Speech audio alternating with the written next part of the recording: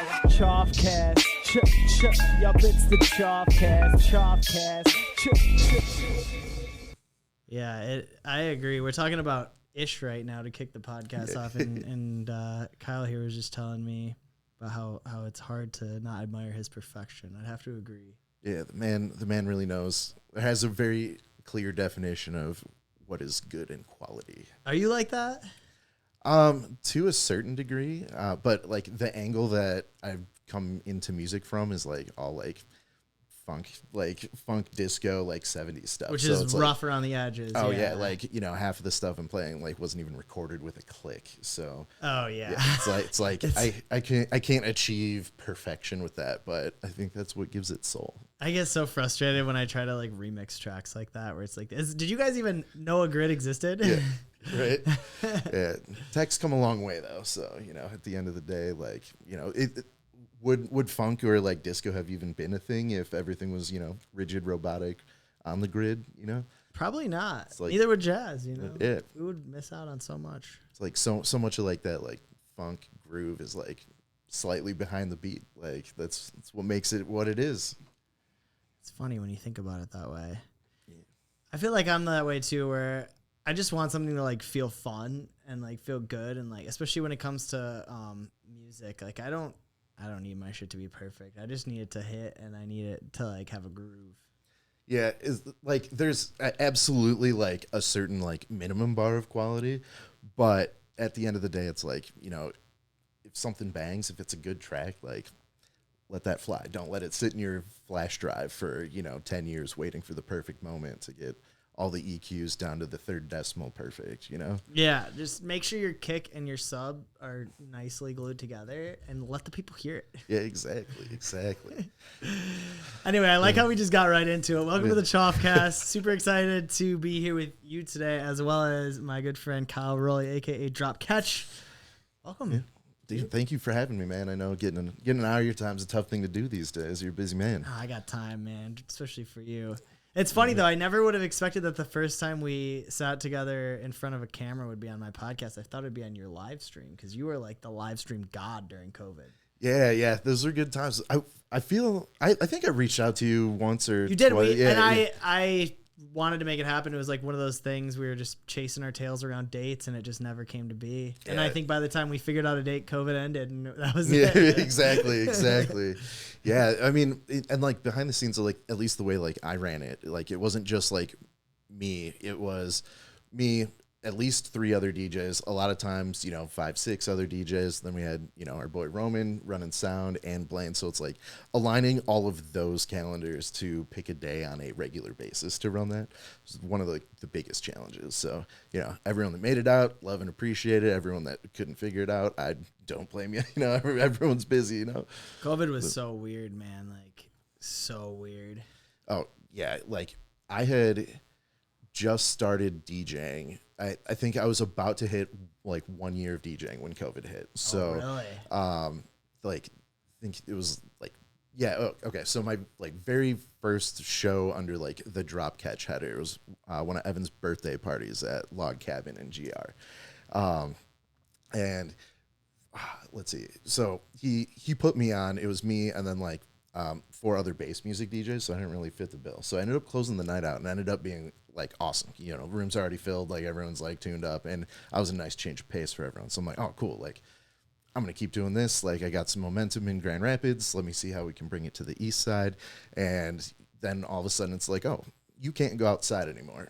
And it's not for a week, it's not for a month, it's for almost 2 years, So I had to find a way to keep myself active and like get out and like continue practicing. I'm still, at that point early on. So I'm just trying to find some type of hardware to like practice my skills on and like stay like tuned. And I started doing gaming streams on Twitch, and then as that kind of grew and progressed, built a little community around that. That's when I was like, okay, like I can translate or at least add in like my passion for music into this channel. Like finally got a full grasp of like everything you can possibly do on Twitch. I'm like, okay, here are the angles I can take. So, grateful for that. That kept me sane and at least kept the tunes flowing for that time. But man, I did miss live shows. That's for sure.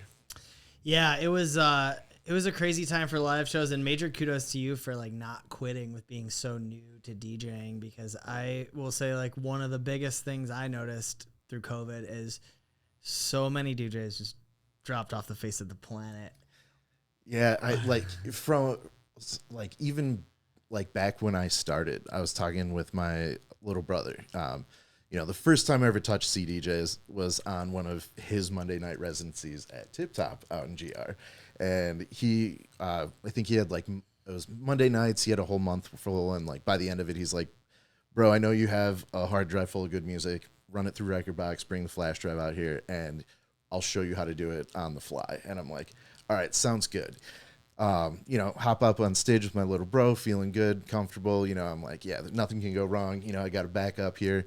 Trainwreck immediately my first track because I have no idea what's going on, and ended up basically just picking the tracks and like having to do all the mixing there. But still, like the energy in that, you know, dive bar on a Monday night was enough to, you know, let me have the conversation with Evan. I'm like, yo, we should just do back-to-backs all the time. And he's like, no, I got my own thing. I don't want to do house all the time, you know. And he was like, but you absolutely should do your own thing. Make a brand, make your pages, and just start doing it. And once you start doing it, as long as you don't quit, like you're going to make it ahead of 90% of the other people that were even too afraid to start. Once you surpass them, then you become who you surround yourself with. You're already within the top 10% of people that ever tried this out. And then, you know, through networking, more shows, successes, failures, you know, anyone that like you surround yourself with in the music community, just remember there's going to be a piece of you that's like left with them. And same, you know, they're going to give you something in return from, you know, a music standpoint, right? And take all of those little pieces you're getting from everyone that you interact with along the way, and you'll eventually become, you know, you're in the top 10% now, but eventually hit that top 5, then the top 1. And like, that's where success comes from, is that consistency. Wow. Shout out to Eroy for having that wisdom to put that on you. That's very true. And, it's cool that he had that clarity at such an early stage for you. Oh yeah. Oh, 100%. And like, I think he was already 3 or 4 years in the game at that point. So like I got lucky, you know. He had already like tripped over all the hurdles you can possibly trip over, and like was just like, hey, if you do this is going to happen. So, you know, try it this way instead. And, you know, I had a fairly smooth kind of launch just because I got to learn from like everything he did. And, you know, I was around like for pretty much all the shows. So it's like, I kind of started building my network in GR first, even though I was living on the east side. But, you know, I was the fan, the supportive brother. You know, I was there to help facilitate the good time from the audience, right? You know, so I met all these wonderful people that Evan had networked with, and, you know, didn't ask for a thing for years because I didn't have anything to offer those environments besides me showing up and having a good time. So then once Evan started to like mention to these folks, like, hey, I can't take that gig, but if you want some house music, my brother's doing this now. So he started like kind of flipping me my first bookings and whatnot. And then, you know, that's where I met Jake James, you know, ATM from the Big Fam team. You know, Big Fam put me on my first East Side show at, what was it? Thomas McGee's. That was another Monday night. But they did a broadcast of that whole show. And like, that's kind of like what made me realize it's like, oh, like if they're doing this on top of producing a live event, I can absolutely find a way to add this to my Twitch channel. So that's like kind of how everything like came together in those moments, you know?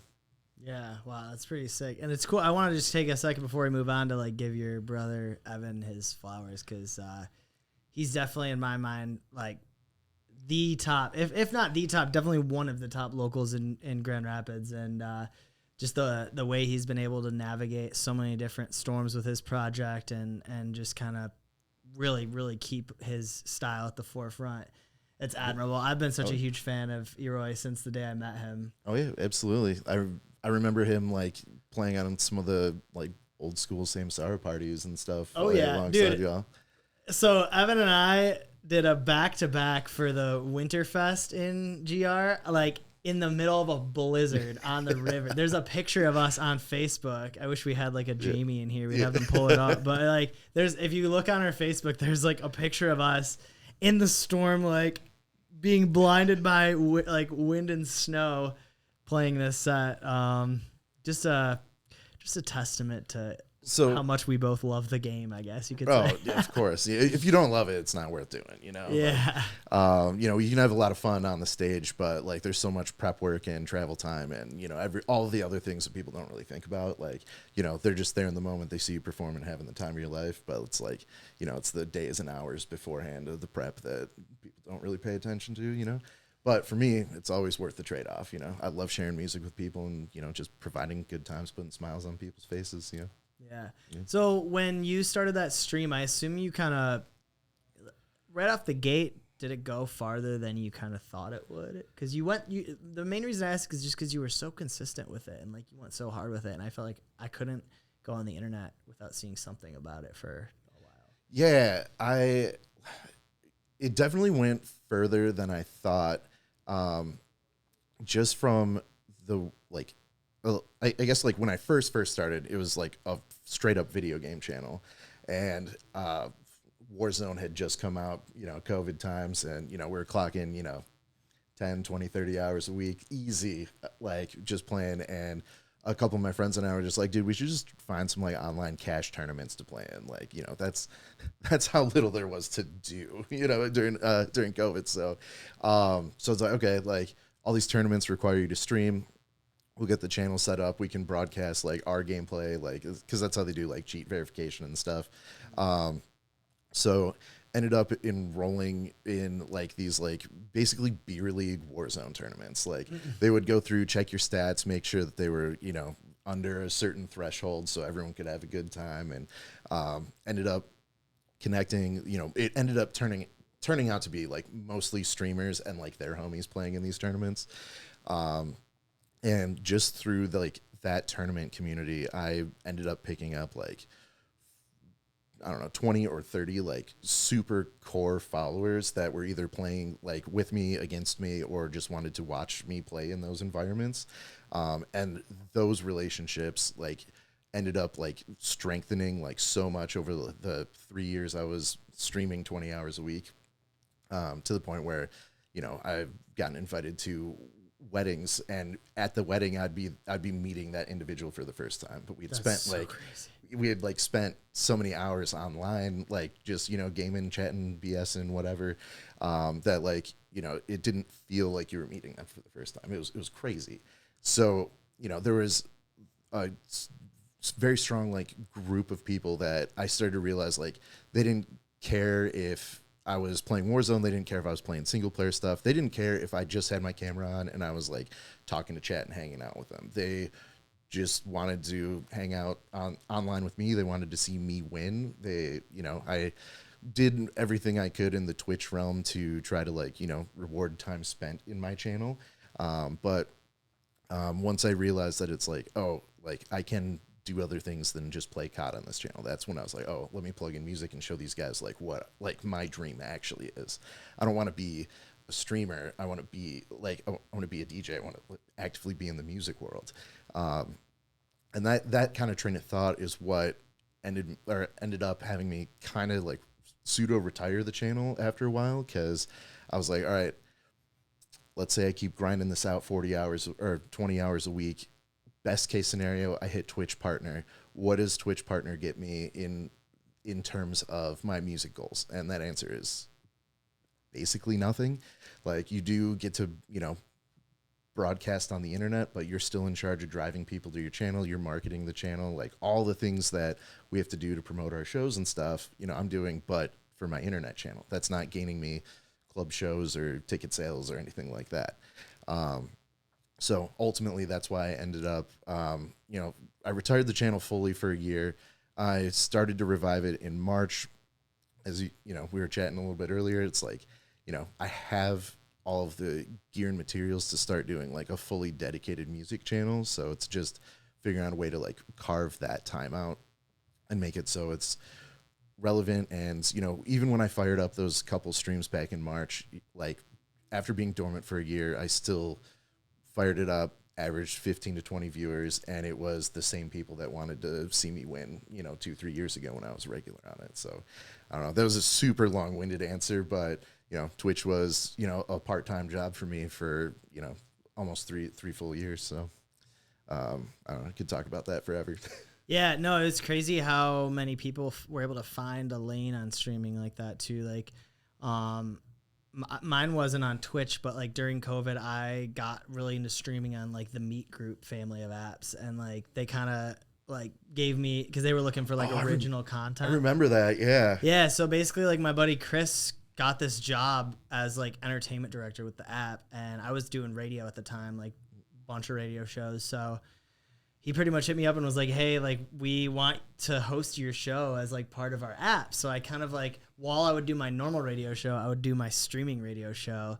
And it was like this weird intersection of the two, where we'd have like callers on from the radio on the stream show, but then we'd have people from the stream show on the radio. And it was like, it was actually pretty dope. Like it kind of like gave a whole new life to like what I was doing in the media. And it's funny that you say like, how those opportunities like are really going to lead to things. Cause like that shit actually did get me like booking. Like I got booked for like multiple things out of state that I like flew in for, that like people from the app just saw me and believed in me. It's crazy. Was that tied to like the, cause I know you did like a circuit of like giant bounce house tours. Like, was that tied to like the Meet app at all? Like, that was totally different. That was once COVID kind of let up. I had actually been talking to these guys before COVID, but once COVID let up, the owners of the world's biggest bounce house, who I met through someone in radio actually, they were like, hey, we're going to be in Milwaukee. We need a DJ. And it was so funny because like the day before that, I was like,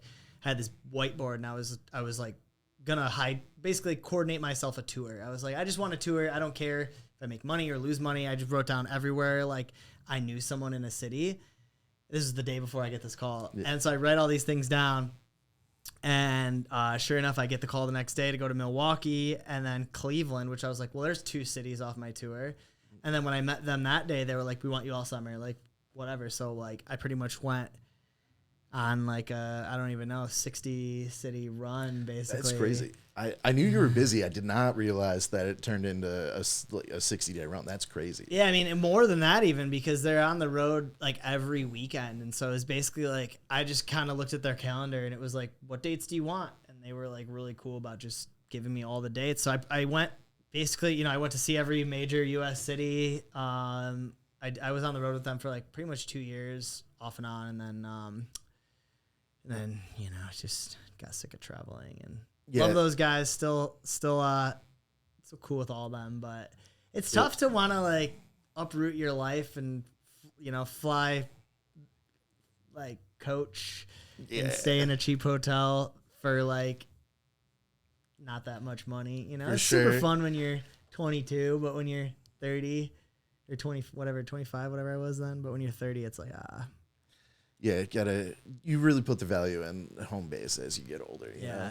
But that was like, speaking of just on the whole COVID thing, it was like, that was kind of, I think, what lit that fire under me to be like, we got to do more. Like, more's got to come out of this because, I was DJing a lot before COVID and I lost we all lost everything. But it was like, yeah, once that whole thing kind of started to end, I was like, we're coming back with a vengeance, baby. Like, I'm not going to be another DJ turned video gamer. Like, no disrespect to any of the DJs I saw that quit DJing to become video gamers over COVID, because a lot of them did. A lot of you guys and gals did. I was not going to do that. So how'd you end up, like, floating through that, 1.5, 2 year span? Yeah, great question. Really just through, thankfully I had the radio shows. So like financially, I had really low expenses. So like doing my remote radio shows, I was in Montreal at the time. Like, I was living here, but my radio show was in Montreal. Got you. That show like single-handedly paid my rent. Okay. Pretty much. Nice. And then about 6 months into that, my old program director from 104.5 SNX named Stick started a sports network called Woodward Sports. And I was like one of his first calls to get hired on for that. So after like Yeah, like, that was 2021, I believe. So, yeah, once I realized, like, all right, these gigs aren't coming back anytime soon, I was like, all right, I'll help you build your sports network. Why not? And then I worked with that, like, family of companies for a full year. And then by the time, that I think that would have been maybe November of 2021 or so. That was when, like, things started coming back again. And I just bet on CHOFF. Yeah. Oh, I mean, you always got to bet on yourself, Yeah. No better investment. But what was your first gig back, and like what do you remember like your thought process being like, oh, like we're back full time, or oh, they're totally gonna take this away again, or I like how you're interviewing me now. This is refreshing, honestly. I'm just curious, Yeah, no, I love it. It's refreshing. My first gig back actually was Paradise Detroit at Tangent Gallery. Okay. And it was like, I forget the exact lineup, but it was like me, Party Hard, maybe Quirrell, and like Versace James and Key Mitch. It's like that squad. And I just remember that night gave me hope because so many people came out. Like, it was just a homie, like, local lineup, and that shit was packed. And the vibes were electric. I don't even know if I DJ'd. I think I was just like the MC for the night. I think I was like, it was like a hosted by CHOFF. Sure. But I just remember that was the night that I was like, this is like gonna be okay. And yeah, I think it was a little stagnant. Like, it didn't just pick right up again. But that was definitely like, the beginning of getting back to it.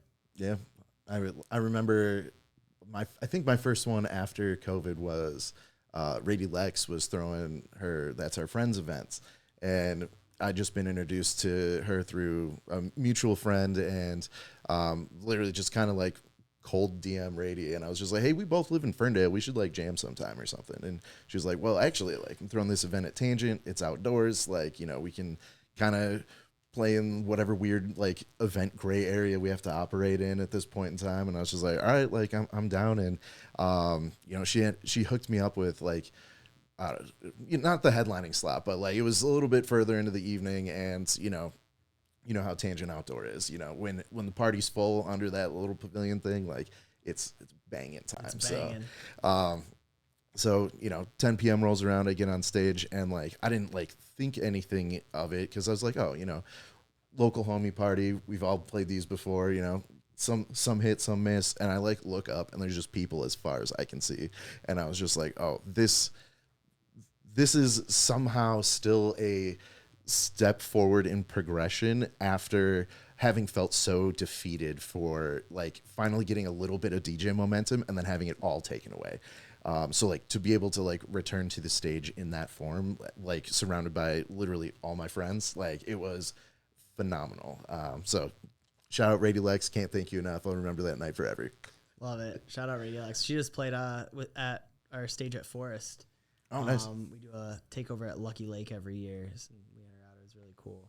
But I think there's a really good lesson to be learned in that story that you just told, which is like, I guess just like the full circle nature of things. And what I mean by that is sometimes when you don't do something for a while, whether it's like play out or, ride a bike even, I don't know, like it can feel like that is not even like a part of you anymore. And I think it's really important to recognize that like if you choose to have something be a part of you, like it's a part of you, right? Mm-hmm. And I've even noticed recently as I've like circled back with a lot of people who like maybe I haven't talked to in like 3 or 4 years, but we've been both like kind of killing it on our own, doing our own thing.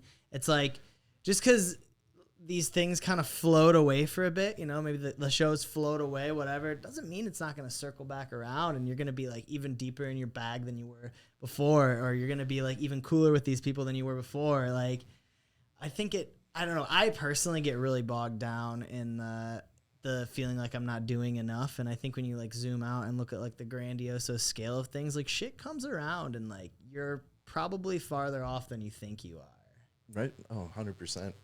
There's a full circle nature to all of this, but I also got to keep in mind though, sometimes when people float away, it's for a reason too, Totally. There's a lesson of impermanence that can always be learned, Totally. No, absolutely. Yeah.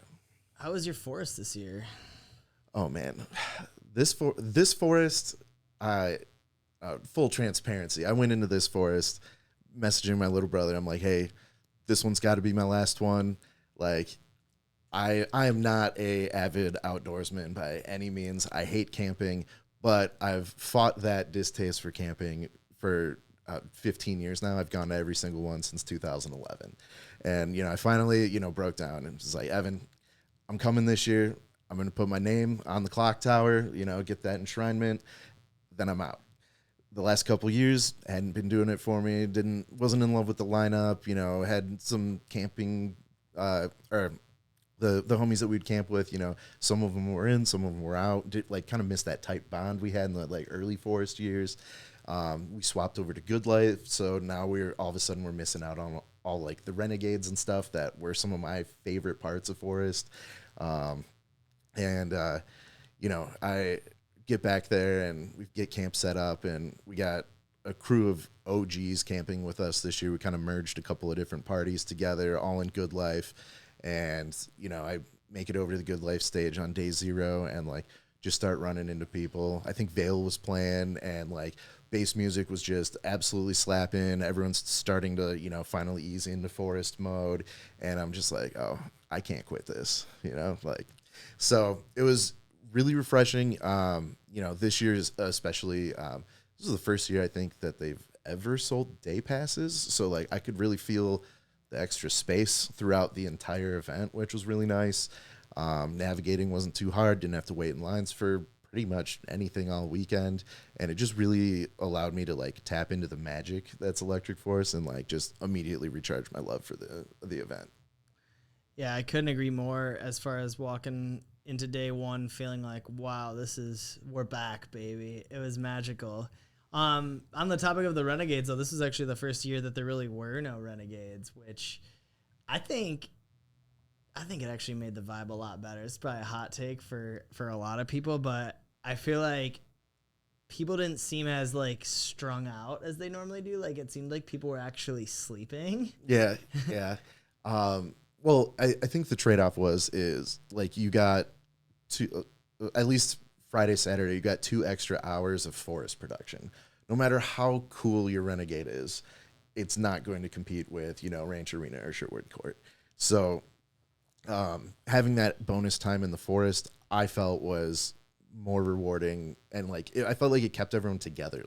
I had homies leave headlining sets to be all right, cool, I'm gonna go out to the bus because I know I can party there till 7 a.m, and this is gonna end at 2 anyways. So I felt like it kept my group connected a little bit more. And then also, I'm 35 now. The things that I felt were fantastic about the Renegades are tough to enjoy just because my back hurts. I want to go lay down. Totally. No, I absolutely get that. Plus, it was always the whole festival would go crowd around a school bus. Right. It was kind of I don't know, probably not the safest thing ever, I had a lot of fun times out there. Yeah. But. Well, I think the core nature of Renegades got lost. Because they all used to happen in GA, and it just so happened to be if you were walking past this RV at a certain time, I remember seeing Big G play on top of an RV, but it was unannounced. There was no branded truck that they were on. There was no visuals. They were just jamming out with with a crew of RV homies that had some speakers. That's a Renegade. When you go full production and you have, a $1 million Void or Function 1 sound system in front of your bus, it's that could be its own party at that point, And it was, I swear, last year, the Renegades, and shout out to Jake James, because it was him and his crew that put that together. But I remember we walked from where those were back to behind Sherwood where we were camping, and you could still hear that train. It was louder than Tripoli. Oh yeah, absolutely. And it's I did a Renegade for Key, and then I've done one set for Jake at Forest, or actually the one I got it was on the same bus, but it was at Secret Dreams. Always grateful for those opportunities. But am I gonna miss Renegades moving into my late 30s? probably not a whole lot, especially if that means I get, 2 extra hours of, $1 million budget shows. Yeah. And they had that Main Street silent disco this year, which I thought was dope. We actually got really lucky. Sarah and I played our first sunrise set at Forest on that silent disco stage. Oh, nice. Which was sick because it was the only thing happening at that time. There were no Renegades. So, like, anyone that was up at the festival was there pretty much. And that made for a dope vibe. That's badass. I'm torn on being in Good Life over GA. Like, the first year we did Good Life, I may have been going to find you at Lucky Lake, but the shuttle driver like dropped off everyone like at like staff camping.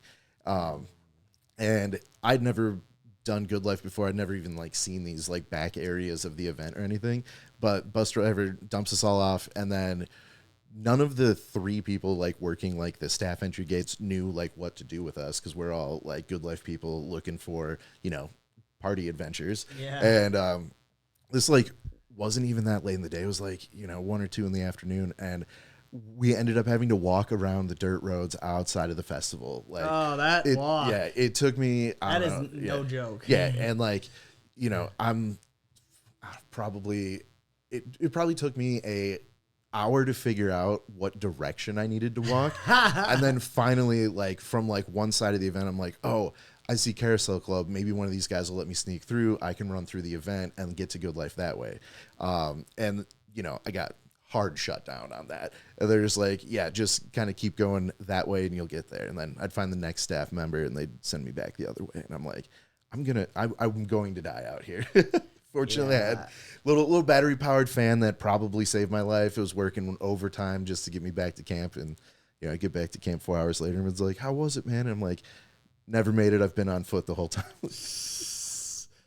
Dude, the festival grounds are so big. Like, I think that's like the number one thing that people who don't go to Forest don't understand. Like, I think they think it's like Movement in the woods, which like Movement is a great festival. I love Movement. I've been going, over a decade now, but Movement is like 1/100th the size of Forest. Forest is so massive. Like, you will put in easily 30,000 steps a day there if you keep it moving.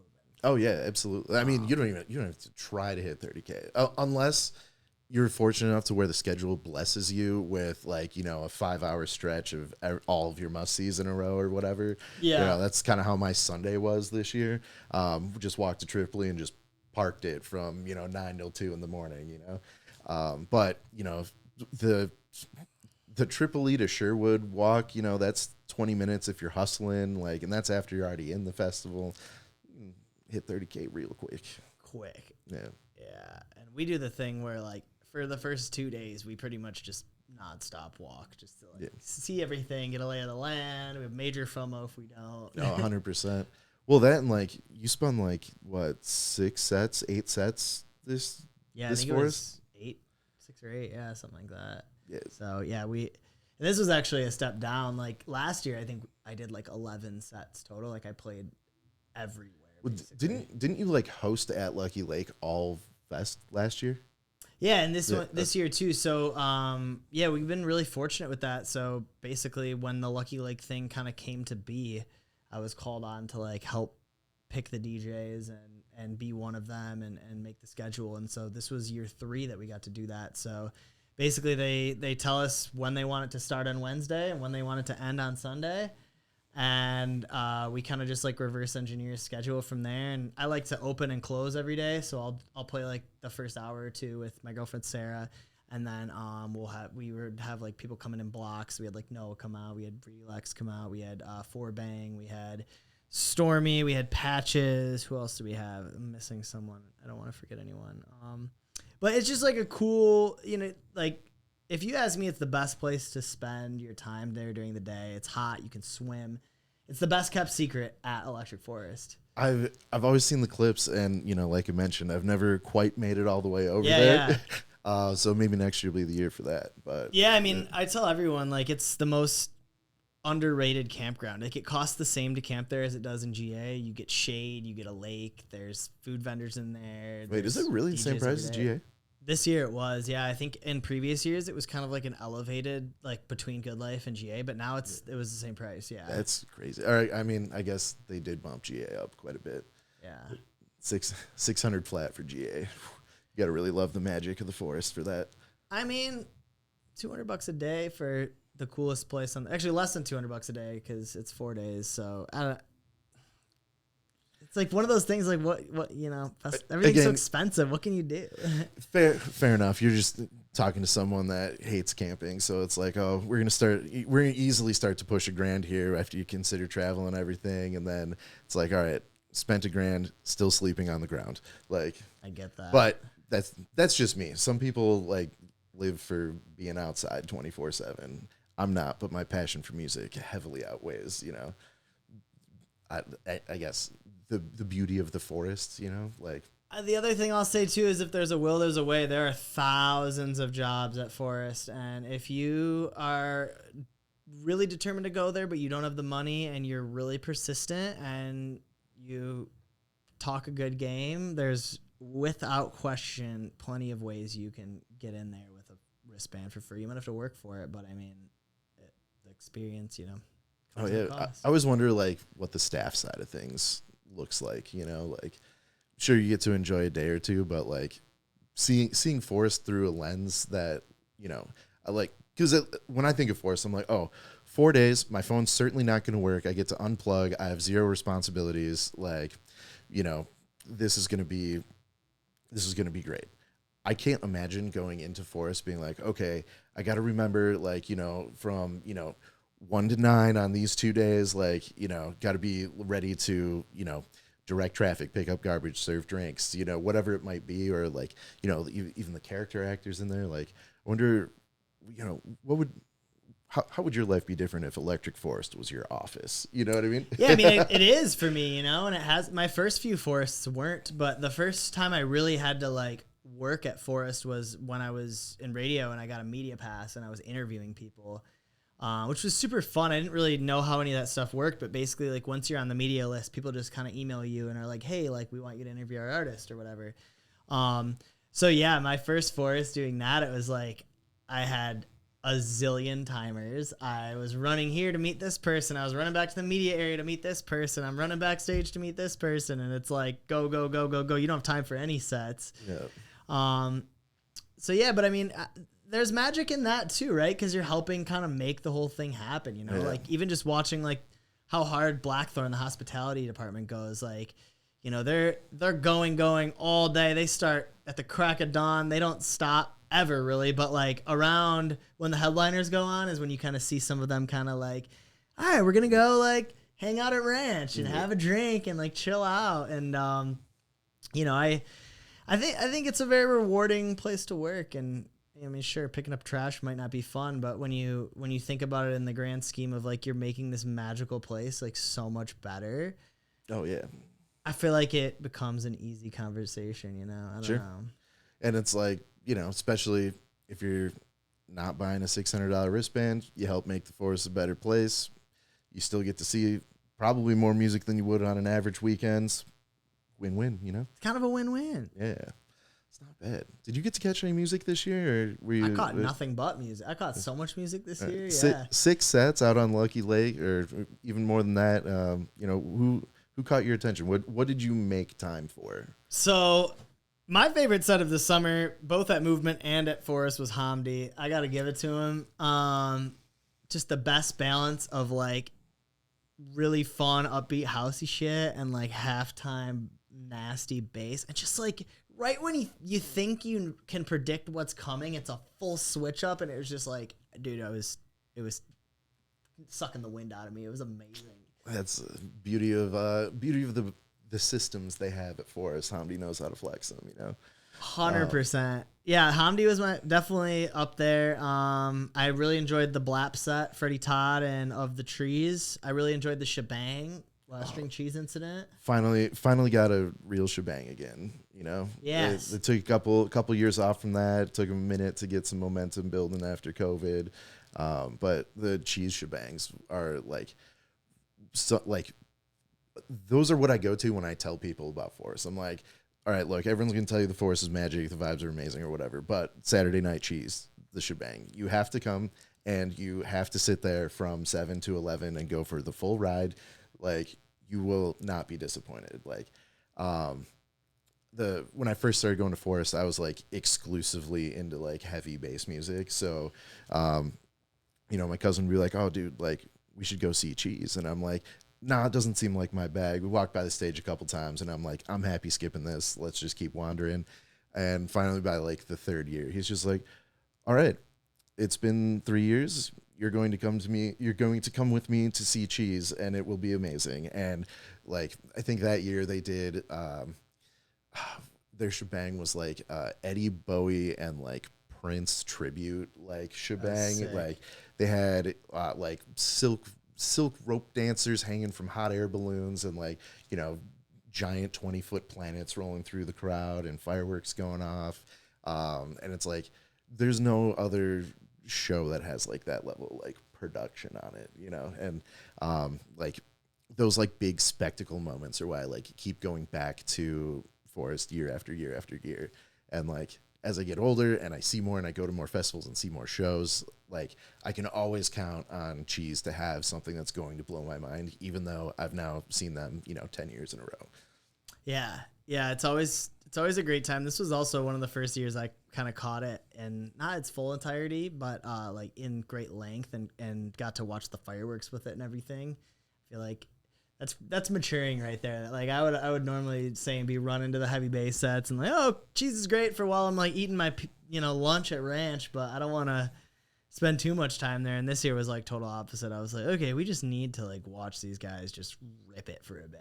It was so much fun. Boogie T came out and did like the last like 5 songs with them. Yeah, which was yeah. Sick. Was it War Pigs and they ended on "It's the end of the world as we know it." I thought that was so good, like, and kind of scary too. But. Yeah, but there was also something like beautiful about just like surrendering to like that particular instance that we were all in. It felt like we were somehow in this like safe bubble, almost like protected. Like we can acknowledge everything's going to shit, but right now in this particular moment, we can all have a good time freely here, fortunate enough for that. Dude, and that's Forest for you too. Like there's nothing better than the energy of that place. Cause like, bro, I can't tell you how many people that like we run into and it's just like, oh my God, hey, it's like everyone is so happy to see each other. You don't really get that in the real world. It's like kind of crazy coming back to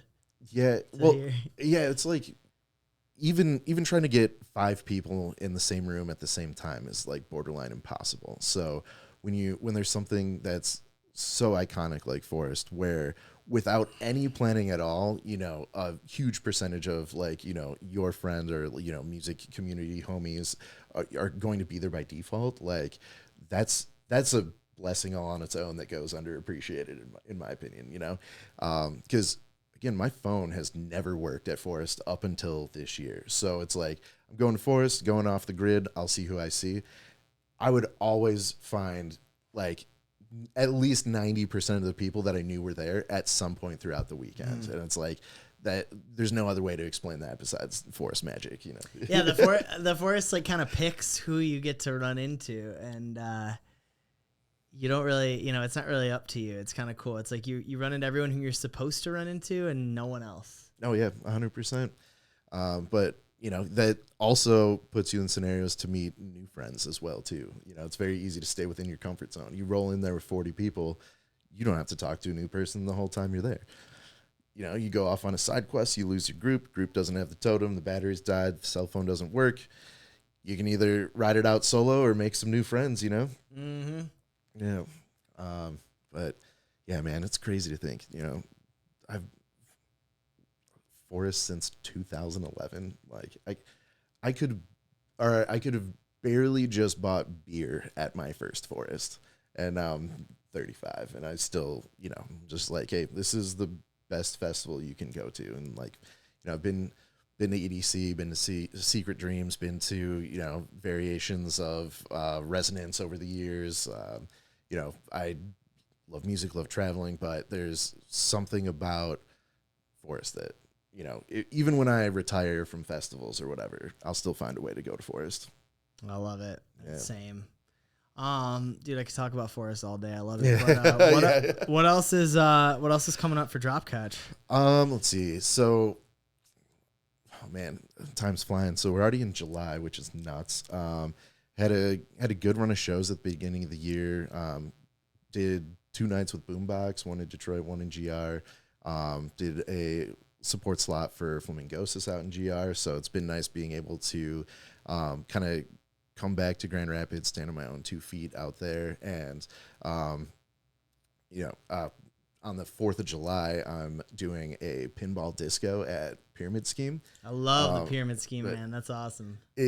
It's the like one must stop venue. Like every time I go and see like Evan play, like we'll go get dinner somewhere, we'll hit the Scheme for a little bit, and then Evan typically plays at the intersection, so we'll mosey down over there. I love the section too, but the Scheme has just got a cool vibe to it. Dude, crazy enough, I went to school at GV for 5 years, never made it to the actual venue part of Pyramid Scheme. Evan's played at the Scheme 2 or 3 times now, and there's always been schedule conflicts, couldn't make it out to GR. So I've been to the Scheme exclusively to play pinball for the last, I don't know, since like 2012, 2013, but I've never seen a show there. Sick. So I'm super stoked to see what the venue's got to offer. It's perfectly on brand for Drop Catch. I got a pinball in my logo. Shout out DJ Bob Marino for bringing me out to GR, because I know he's got some roots in the pinball community and he plays funk house and disco. I met him for the first time at that Boombox show I did in February. So he was like, yeah, we should make something happen. And everyone says that, especially if they're also a DJ, but it's the rare few that actually follow up and are just like, hey, here's this cool idea, let's make it happen. And those are the people I like really connect with, because it's tough finding people that know how to put in the work in the space. Well, I get it. Yeah, I get it, and it's easy to say let's do something, and you want to do stuff with everyone, but yeah, to put in the work, that's a whole different conversation. So that's sick. Absolutely. That sounds like a dope little event. Yeah, and then after that, got a little brunch party with the Hydra Gang at Terrarium in Ferndale. I did one of their brunch parties last year. I think it was around Cinco de Mayo. Always a good time. Love the Hydra Gang.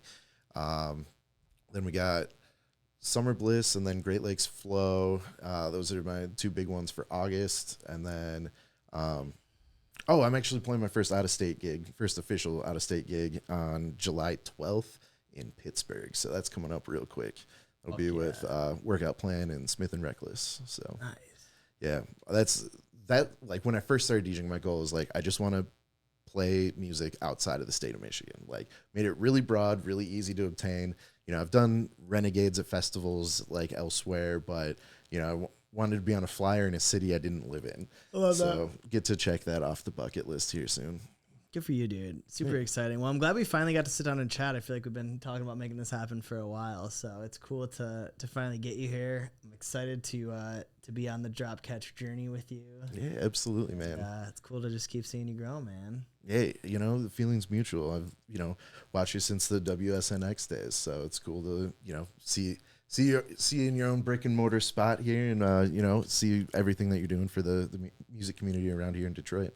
Thanks, bro. That's what it's all about, man. Just bringing people together. Exactly. We're going to get out of here, but I got a little gift for you first. Here's your very own shoebox USB. Ooh, this is... You know me too well. I needed a fresh one. I melted mine in my tent at Forest this year. Did you really? Yeah. Sick. That's like the Switchblade style with USB-C beautiful. on it too. So hope you get some good use out of that. Put some bangers on there. Check that out right there. Oh, wait, here. Hang on. Do it. There it is. Yeah, check that out right there. Yeah. Shout out Shoebox. Shout out Choff, baby. I love it. Well, appreciate you, dude. Yeah, Keep absolutely. winning, and we'll see you next time on the CHOFF. Sounds good, my brother. CHOFF.